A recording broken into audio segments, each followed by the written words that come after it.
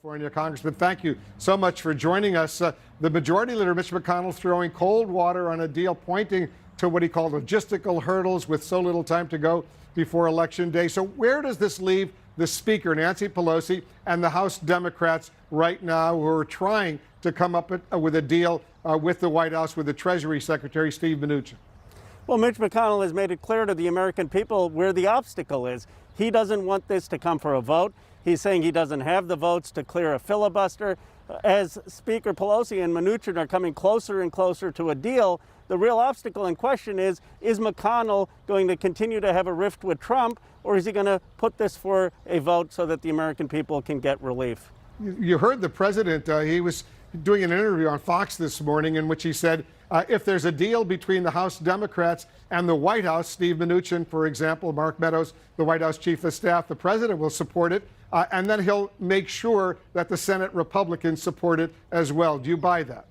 Well, I'm dubious, because why can't he just call McConnell and tell him that McConnell will be able to deliver the votes? I mean, if he really was that confident, he wouldn't let McConnell put his entire presidency at risk.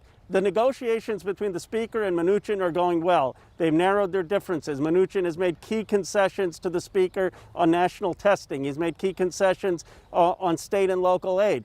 I believe the Speaker will get a deal. The whole thing is in McConnell's hands, and it's shocking to me. After Trump has done every single thing McConnell wants with judges, he can't get McConnell to do something that his presidency rides on and that the country needs. Yeah, the president insists he'll get it done. We shall see. The House Speaker seems rather upbeat right now. She says the White House, in her words, has come a long way with more scientific language in this deal on fighting the coronavirus. You previously urged her to accept the White House offer of $1.8 trillion, a lot of money for the needy people out there. But was she right to hold out as she has?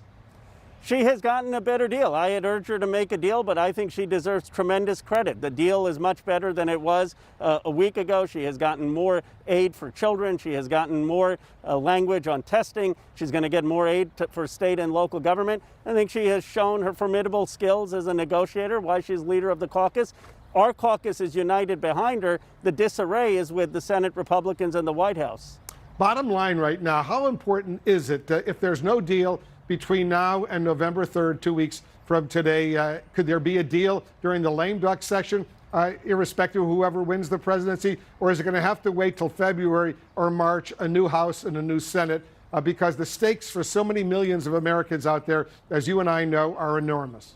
Well, if the stakes are incredible. I mean, this is not a political game. People are losing their houses. They are running out of their 401ks. They can't put food on the table. I believe we have to do something to get a deal every single day.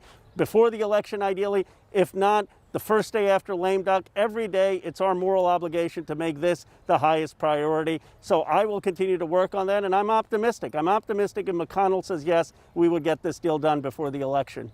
Yeah, a lot will depend on how much the president is ready to squeeze not only Mitch McConnell, the Senate Majority Leader, but other Republicans. You're going to need 60 votes to break a filibuster in the Senate. 47 Democrats, presumably, if the House passes this, would go along. But then you're going to need 13 Republicans. I suspect there will be 13 Republicans. It could be very, very significant. Congressman Khanna of California, we shall see. As you and I know, the stakes really are enormous. Thanks so much for joining us.